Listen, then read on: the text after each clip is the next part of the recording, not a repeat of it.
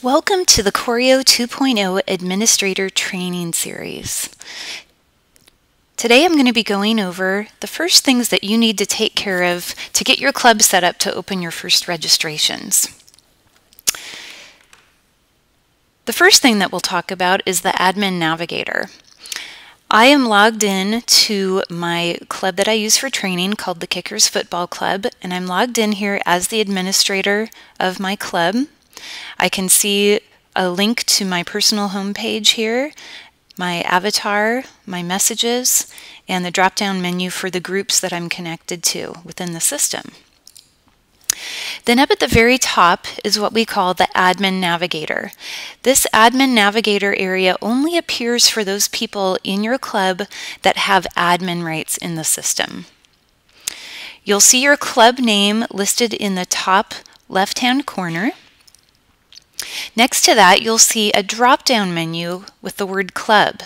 This is where all of your administrator tools are located. So if you hover over Club, you'll see a flyout for Home, Reports, a link to your Payment section, your Club Photo Album, your Club Address section, and your Club Settings and the Edit Home page.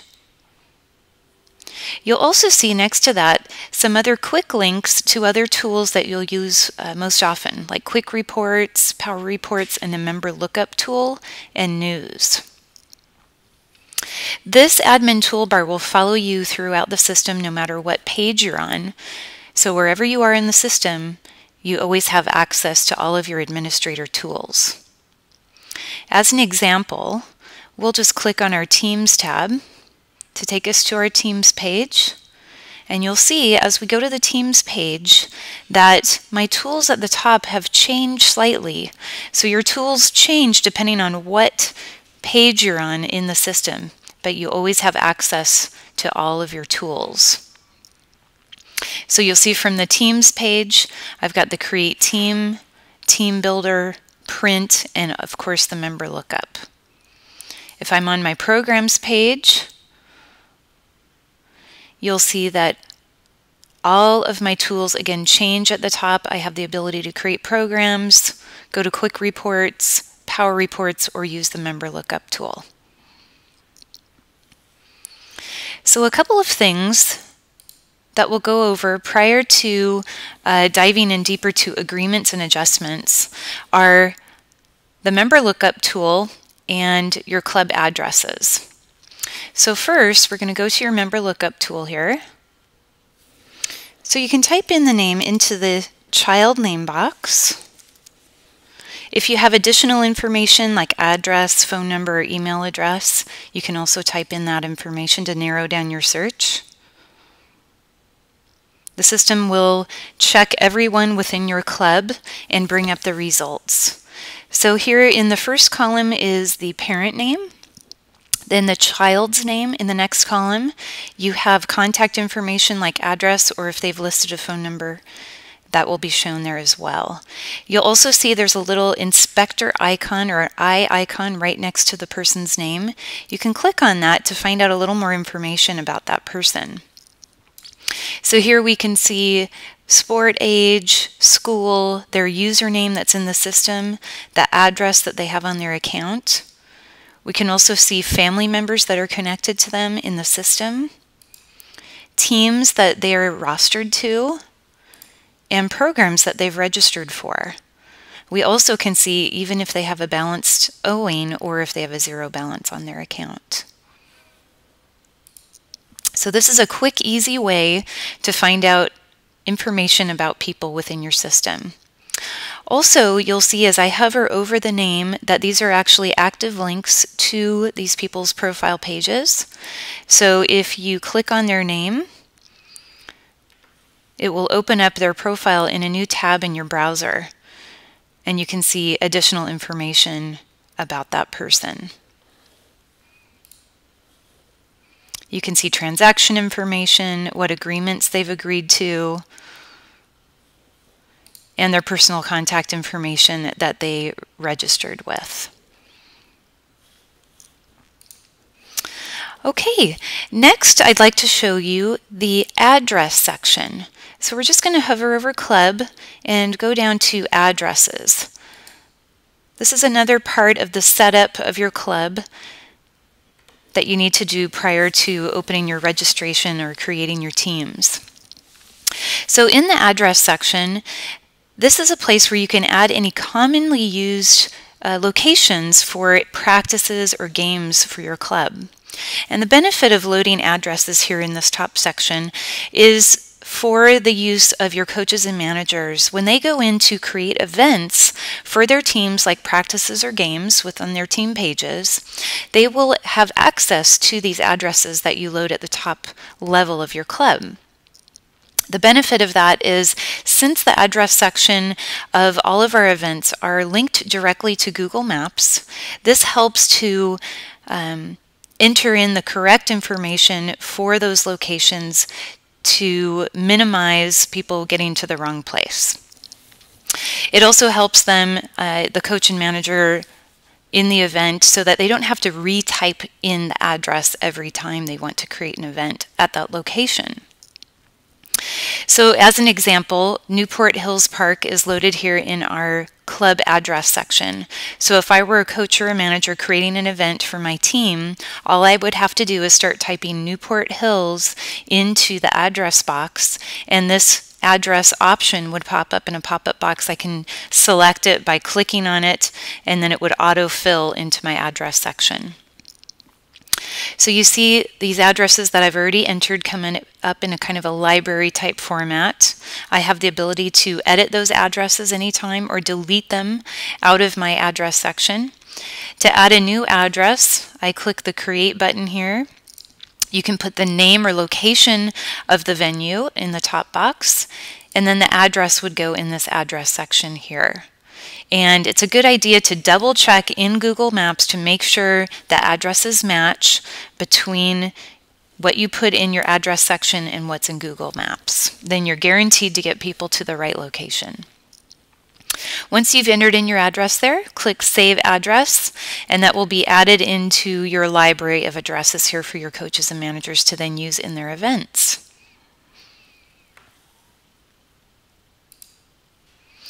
Okay, two things that you want to do before creating your first open program for registration is setting up your agreements and setting up your adjustments. So one of the first things we're going to do is go to our Admin Navigator, go down to Programs, and you'll see in our flyout for our programs we have the ability to go to our adjustments and our agreements. So first we're going to go to our agreements, and I'm going to click on View Agreements. The definition of an agreement is any type of form or waiver that you need your club members to read and agree to during the registration process. Examples of agreements would be things like medical release forms, player codes of conduct, any kind of agreement you want them to read during that registration process. And all agreements that you add into your programs are actually time-stamped in the system when they agree to them and added into their profile pages. So people always have access to view those after they've registered. You, as the administrator, also have the ability to view those on people's profile pages. So you can see here on my agreements page that these are the agreements I've already loaded into my club. I can see the name of the agreement, the most recent version, and the date those agreements were created on. I also can click the View button to open that up and edit that particular agreement if I need to edit it. Then here at the top, you see the Create button to create a new agreement. The very first cell here is where you're going to put the agreement name. Below that, you'll see a box that group members must agree to, and there's a drop-down menu, and you have two choices. The most recent version of the agreement is the default, or any version of the agreement. I usually recommend to just keep it at the most recent version of the agreement. Then you know you will always be displaying the latest edited version. The next box is agreement type. So here you've got 4 types to choose from. The first and most commonly used is the text type agreement. And a text type agreement will display whatever you add into this box here.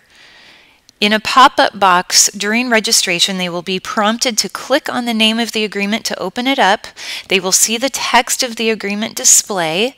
They're prompted to scroll through it, click that they have read and agreed to it. It then timestamps that they've read and agreed to it, adds it into their profile, and they can move on through the registration.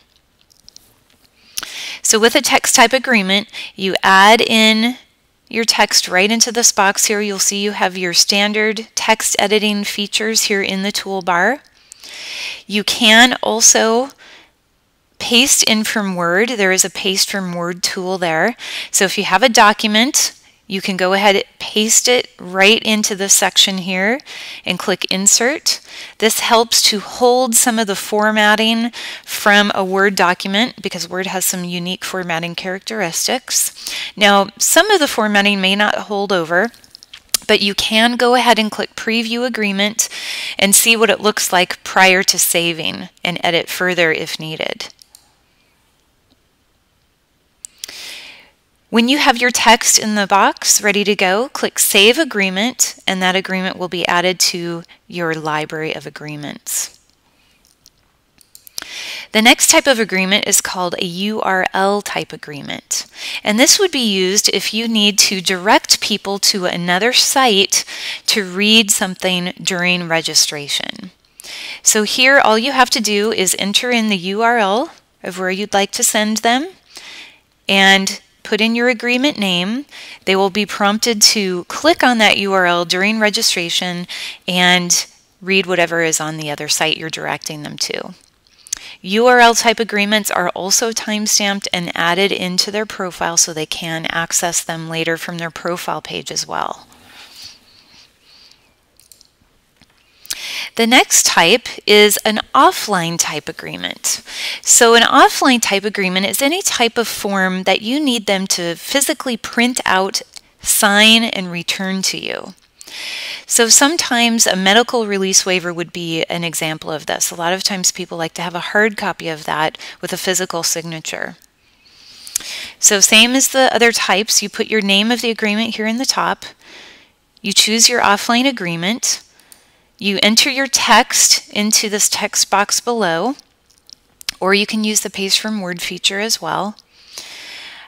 Preview your agreement to make sure it looks the way you want, and click Save. That will be saved as an offline agreement in your agreements library. Offline agreements are also added to people's profile pages for them to access anytime, where they can open and print them from their profile page or print them during the registration process. The third type is specifically for background checks. This is used if you're using our integrated background check feature, and basically is an agreement so that people can give permission for you to run their background checks. Again, that is only used for the integrated background check feature. Okay, so once you have your agreements set up in your agreement library, you'll then be able to use them within any of your programs. Okay, the next thing we're going to go over is adjustments. So adjustments are another thing that you want to set up prior to opening up your first registration. So we're going to go to View Adjustments. And the definition of an adjustment is any type of fee or credit that you would like to tack on to your base registration cost. So examples of adjustments would be things like sibling discounts. Maybe you have a late fee if people register after a certain date, or maybe you have an early registration discount or a uniform fee. Those would all be examples of adjustments. So similar to agreements, you'll see we have kind of a library or list format of all the adjustments that we've already created. I can see the name of my adjustment here. If I have a description in the adjustment, that will appear in this description column. And then of course I have the ability to edit or delete these adjustments anytime right from this page. To create a new adjustment, I click on the Create button. You put your name of your adjustment here in the top section.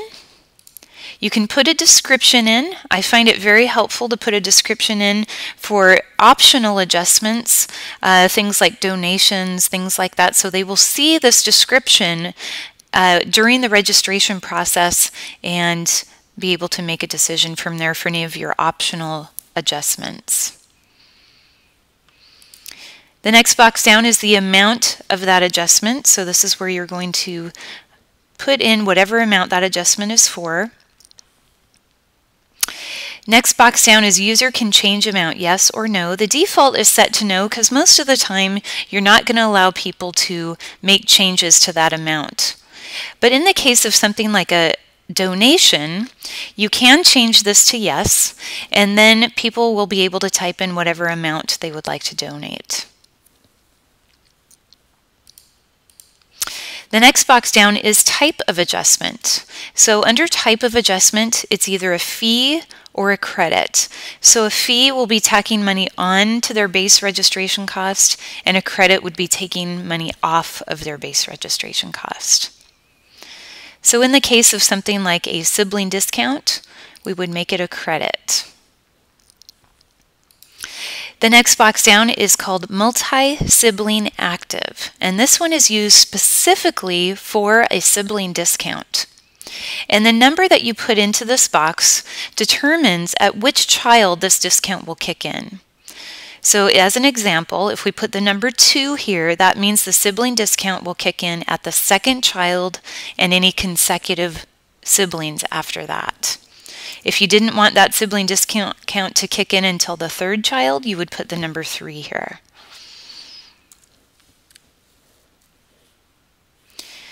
The next box down is start date and end date. So this is when this adjustment is active and usable within any of your programs. So you want to make sure that if it's something like a sibling discount, you want to have that adjustment open throughout your entire registration period. If it's something like a late fee that you don't want it to start until a certain date after registration is open, just make sure that you're aware what date you're putting in here of when you want that late fee to kick in. Same with end date. When you put your end date in here, this is when this adjustment will stop applying and stop working in your program. So make sure that you're aware whenever you want that to stop working, that's when this end date will be. Now you'll see there is a start time and an end time. You can get really specific and put in times there if you'd like. It's not necessary. If you don't put a time in there, it will just default to midnight of this particular date for the start and the end. Okay, below our dates, we have the ability to make our adjustment either optional or required. If you leave it as optional, that means that your users will have the option of choosing it during registration or not. So something like a donation or maybe a uniform fee, something like that would be an example of an optional adjustment. If you make it required, there's nothing they have to do. It just automatically will tack on to their registration cost. So something like a sibling discount or a late fee or an early registration discount would be examples of required adjustments. And they will see that when they get to the end of their registration, it'll list out any adjustments on their receipt, and just prior to them paying, they'll see that adjustment listed. The next box down is adjustment is admin only. This is used for adjustments that only you want to see as the administrator. So if you need to create an adjustment for a scholarship or something that you'd like to apply post-registration to people's balances, then you can create your own admin only adjustment. So as an example, if you have people within your club that you maybe need to help them register by using our walk-up registration process, you can create an admin-only adjustment for a specific amount, or you can also choose to change the amount so you can apply different amounts during registration. And during that walk-up registration, you can apply this admin-only adjustment. So if you needed to apply a scholarship during a walk-up registration, you could choose that and apply that discount at the end. You can also apply an admin-only discount or adjustment post-registration. So after somebody's already registered, you'll see their transaction listed in your payment section, and you'll have the ability to see adjustments and apply adjustments after they've already registered as well. And again, only you would be able to see an admin-only adjustment. Those would not appear for any end users going through registration. So once you've gone through all of your fields here, then you go ahead and save changes. As soon as you save changes, that adjustment will be added to your adjustment library for you then to use within any of your programs.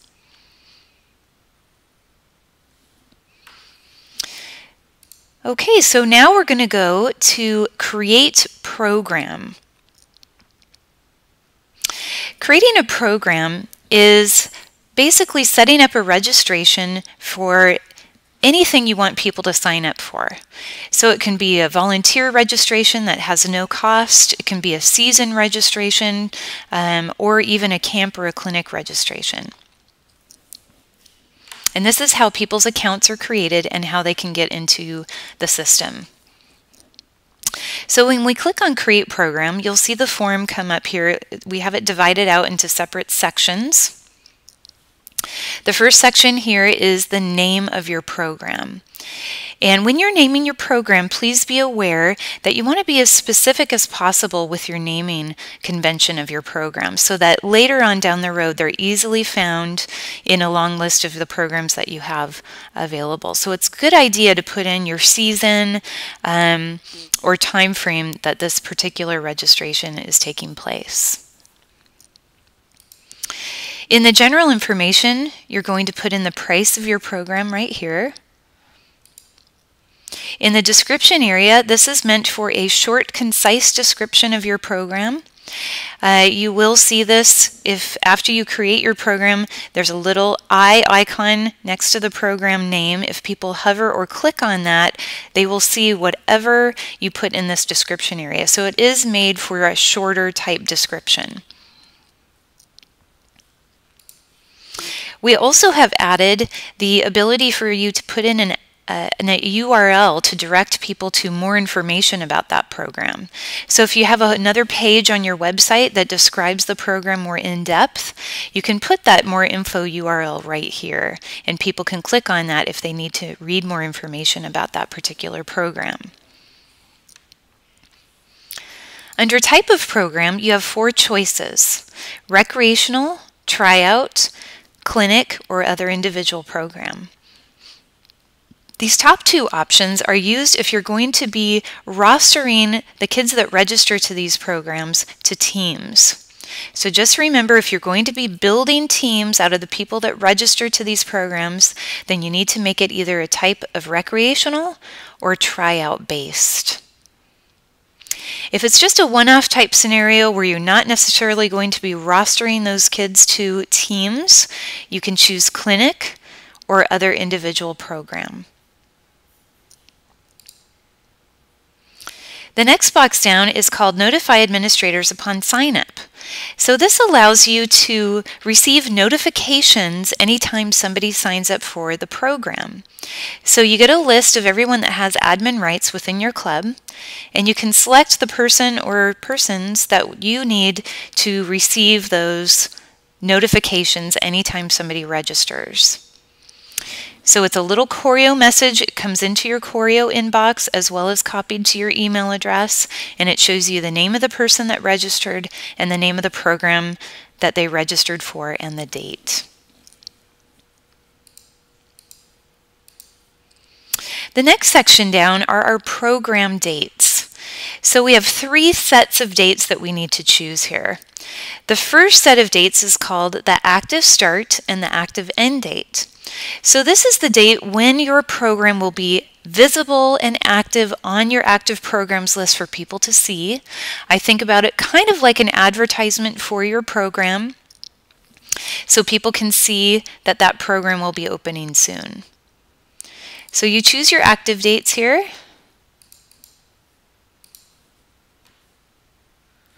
And the next set of dates is your open registration and close registration dates. So these are the dates when people can actually sign up and register for your program. So you want to make sure that your open and close registration dates fall sometime in between your active start and active end date. So either they fall in between these dates or they're the same as these dates. People will not be able to register if you have the registration open but the program not active. So you need to make sure that these dates fall in between your active start and end dates. The third set of dates you need to choose is the program start and the program end date. So this is when your program is actually happening. So if it's a season, you would put in the dates of your season into these boxes here. If it's a clinic, you would put in the dates of the actual clinic. Or if it is a volunteer registration, you can keep that open or active throughout your whole season. Okay, the next section down is your agreements. So this is where you can choose exactly which agreements from your agreement library you would like to show during registration. So here we can click on the appropriate agreements we would like to show during our registration, and they will see these three when they go in and register for this particular program. You'll see under the Kickers Football Club agreements, these are all the agreements I loaded at my club level. You'll also see we have one called Global Agreements, and under that we have an agreement called Concussion Waiver. This was taken from the state and basically describes the signs and symptoms of concussions and what to look for. This we loaded for you because in many states it's actually state law for people to read and agree to that concussion information sheet. So we went ahead and loaded it into the system for you so you can use it within any of your registrations. You also see here on the left there is the ability to include all agreements, or you can choose none of the agreements, and none of those agreements will show up in your registration program. Next section is messaging. In the messaging section, this allows you to put in your own program-specific welcome message. This shows up in the last page of their registration and then also in the email confirmation they receive when they complete registration. So you can add welcome messages here, details they need to know about the program, anything you need them to know in addition to the program description. You'll also see below that you can attach files here as well. So if there's any additional documents you would like to include, the attached files will also show up on their last page of registration, and they will be attached to the email confirmation that they receive. Next section down is eligibility. So this is very important. This is what determines who is age and gender eligible to sign up for your program. So under gender, you're going to select the correct gender. We have male, female, or co-ed. Under the eligibility box, this is where you can choose the age eligibility for your program. So you have all. We have sport age by season and sport age range by season. The sport age by season and sport age range by season are based off the U.S. youth soccer cutoff date of August 1st. So the season goes from August 1st to July 31st.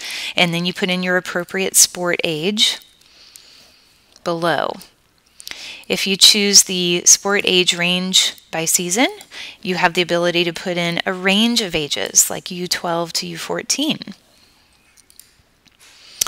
In this drop down here is where you're going to choose the appropriate season that you would like to search on, and it will automatically determine what sport age that person is when they go in and register for a program and enter their birth date.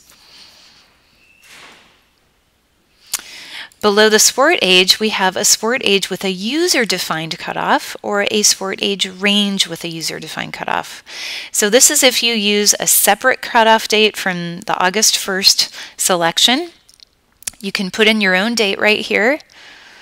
Maybe you go by a calendar year. And then your appropriate sport age below that. You can also use a sport age range with a user-defined cutoff date and put in your ages there. Then we have a couple simple ones. One is an age range where you're just going to put in a minimum age to a maximum age.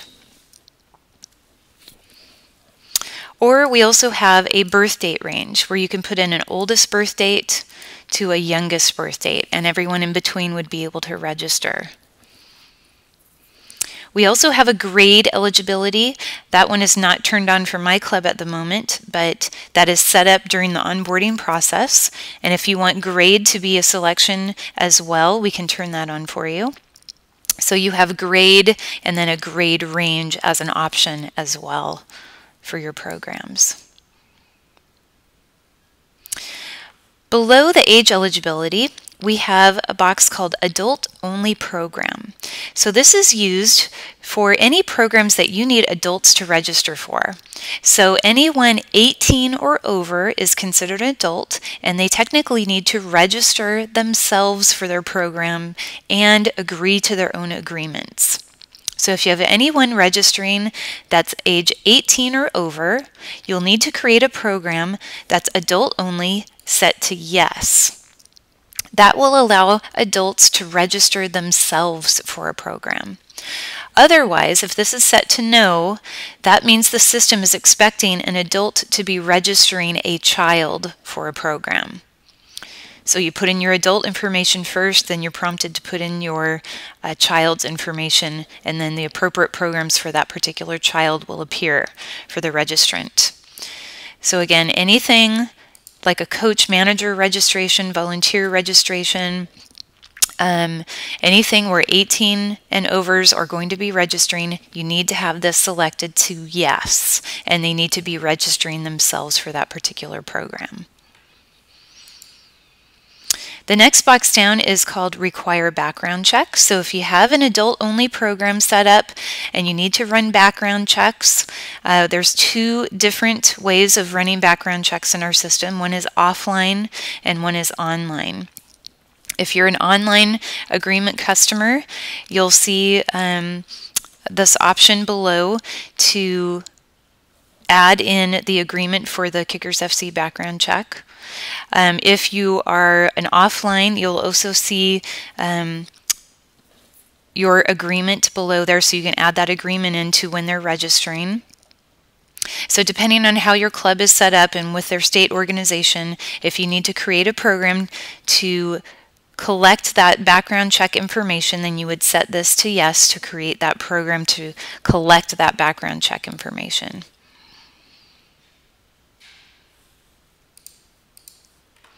Ask about returning to a team. This question, if you select it to yes, then this question will appear during the registration process. People will be able to answer yes or no if they'd like to return to their last year's team. This is used typically in a recreational type scenario and helps determine which team they would like to be registered to for the coming year. So it helps you in the rostering process to see if they would like to return to their last year's team. And then once you have history in the system of old rosters, it actually helps you to auto roster those kids that selected yes to return to the same team they were on last year. If this is set to no, you will not see that question come up during the registration process. The next box down is full payment required, yes or no. If you select yes, then at the end of registration, your registrants will only see the options to pay in full. If your club has enabled options to pay over time, you can leave this as no, and they will see those options to pay over time or pay in full.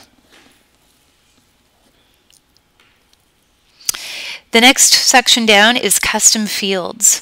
Custom fields allow you to create your own custom questions that you can add into the registration. To create your own custom questions, click on Create New Custom Field. In the name section is where you're going to put the topic of your question. If you basically think of this as the column header for how you're going to report on that information after people have registered, think about it that way so you don't have too long of a question in this name area. Under Type, you can select the format for how the answers will be presented. So a text type format, they will see a box about this size where they can type in a free-form short answer.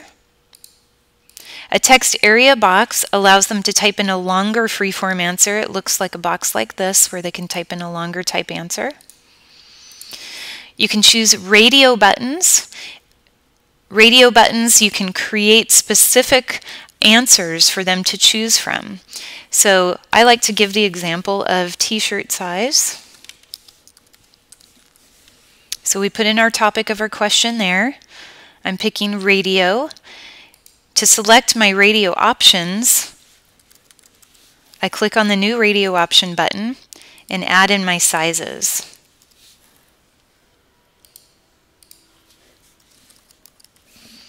Then when they go through registration, they'll see little buttons that look just like this next to each one of these options. Then we also have the ability to create a yes/no radio button option. So if you have a question that's just a yes/no question, you can use this and they will see a little yes/no radio button option below the question.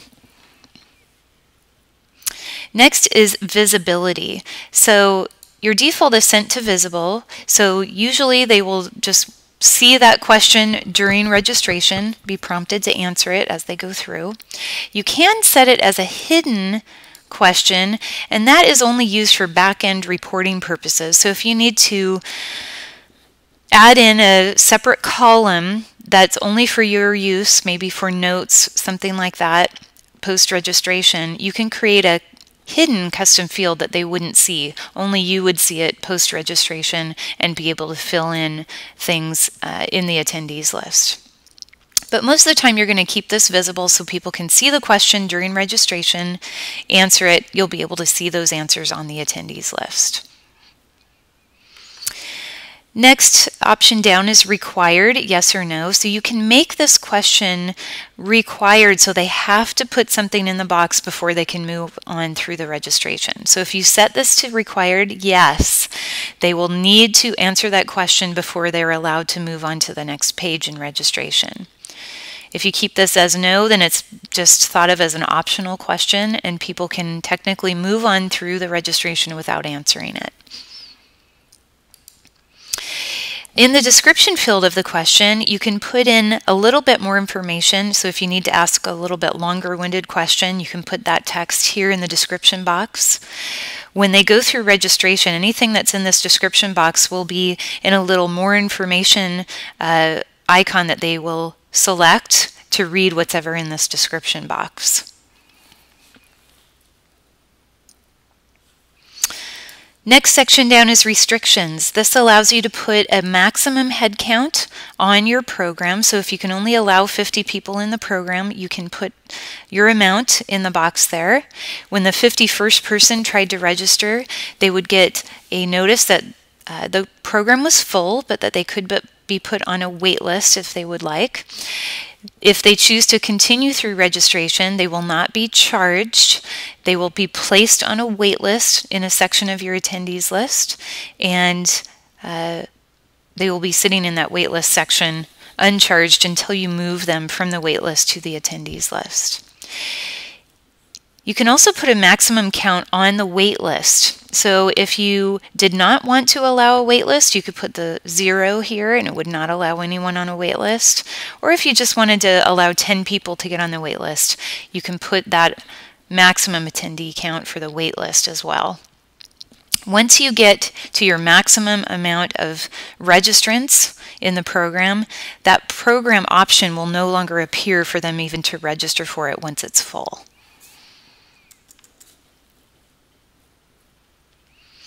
Okay, and last but not least is the adjustments. This is where you can select from your adjustment library which adjustments you'd like to apply to this specific program. Select your adjustments there, click Save, and now your program will be created and added into your program list. Okay, so this is my program page where I have all of my programs listed. You'll see here as I hover over the program names that these are actually active links. Right when you create a program, it creates its own page for itself with its own tools. You can also see the attendee count, the gender, the age eligibility your program is set to, the price, and if your program is both active and open for registration, you'll see the Register Now button. And then next to that, you'll see this little yellow pencil icon. This is the Edit Details icon. So if you need to go into a program and edit the title or the date, something about your program, you always can go back in by clicking this Edit Details and open that program back up and edit any information you want to. Although we do recommend that you never change the price of a program after people have already started registering for it. Okay, so now I'm going to show you what it looks like from a program page. I'm going to click on my Boys U10 through U18 season registration program. And when I click on that, you see I have my own program page just specifically for this program. On the far left, I see some tools that I can use specifically for this program, one being my attendees list. And this, of course, only appears for those people that have admin rights in the system. When I click on the attendees, I can see all the people that registered for my program here in my attendees list.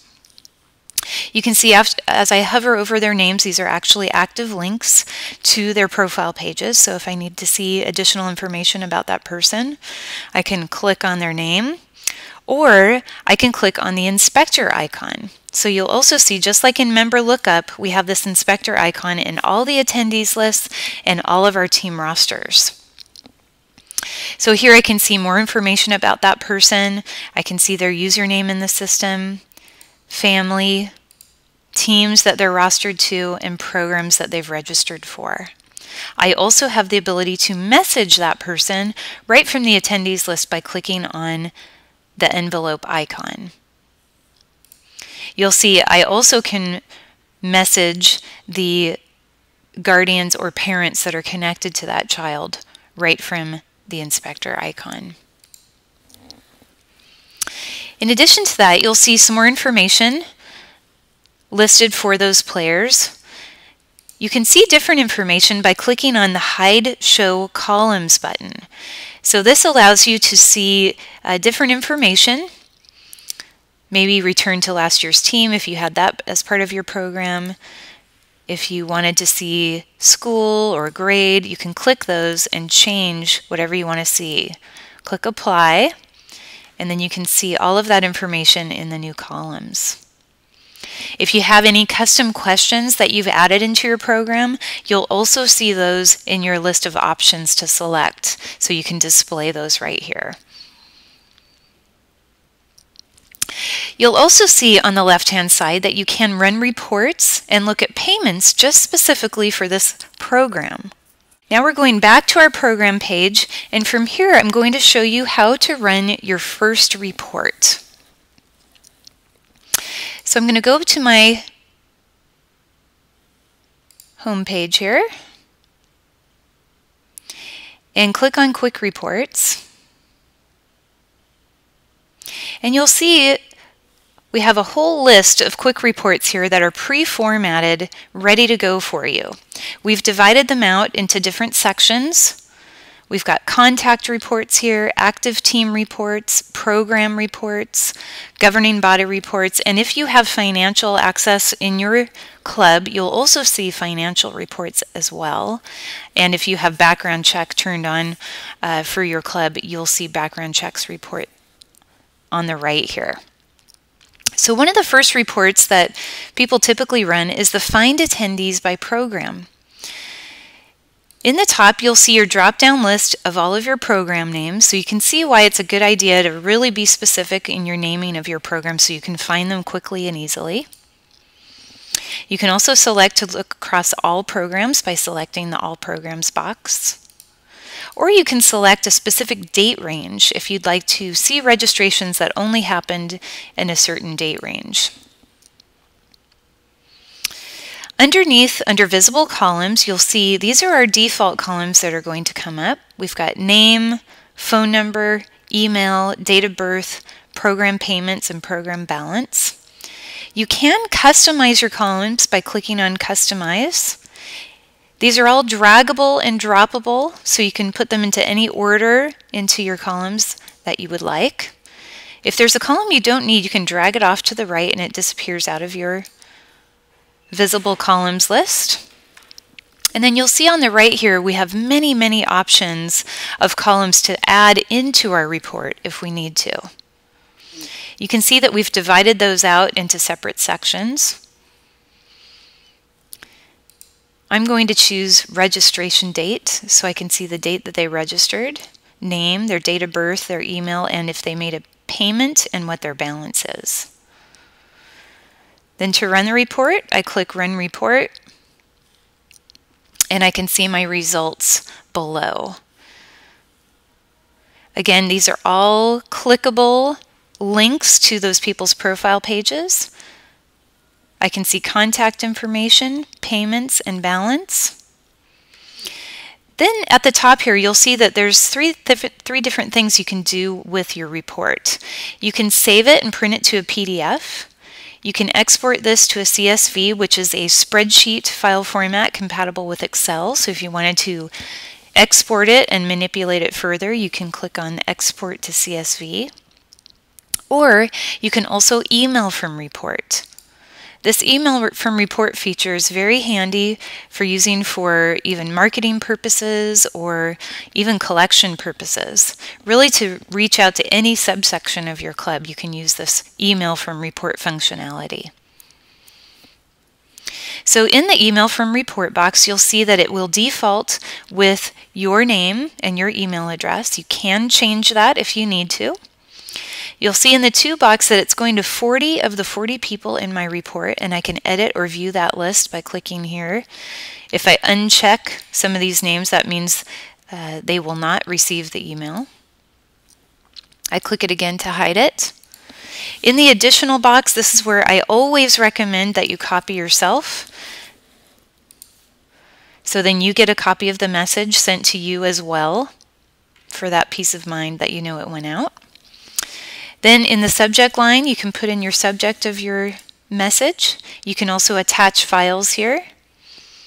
There is a 2 megabyte file upload maximum size here, so be aware of that.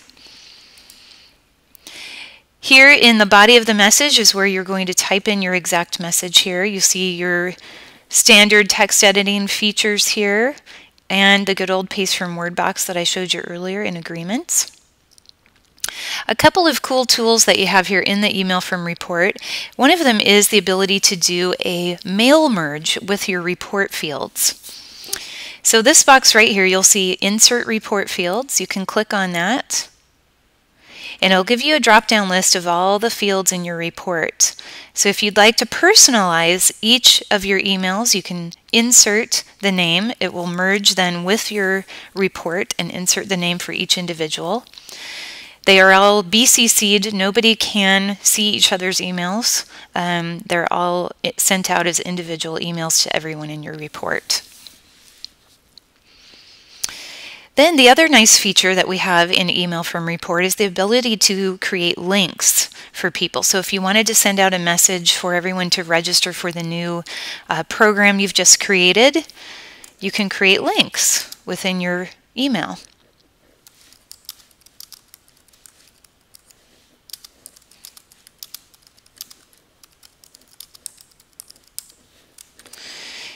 To create a link, you type in your text and you highlight the portion of text that you would like to make a hyperlink. So I've highlighted click here, and you'll see this little link button pops up as soon as I've highlighted the text. I click the link button, And what's nice is we've given you the URLs for all of your program pages, your team pages, your document library, and any of the other pages you have on your Choreo hosted website. So you can either type in your own URL here or click on Teams and Programs and you'll see all of the links to all of your teams and programs you've created in the system. So I'm going to click on the link for the Skills Clinic and you can see that auto fills into our box up here. I click Insert and now this has become a link directly to that registration page for my Skills Clinic. When you've gone ahead and entered in your content, you can send yourself a test message so you can see what it looks like before you send it out to the masses. It'll autofill with your email address, but you can change that if you'd like to. And then click Send Message when you're ready to send, and it'll go out to everybody that you've specified in your report.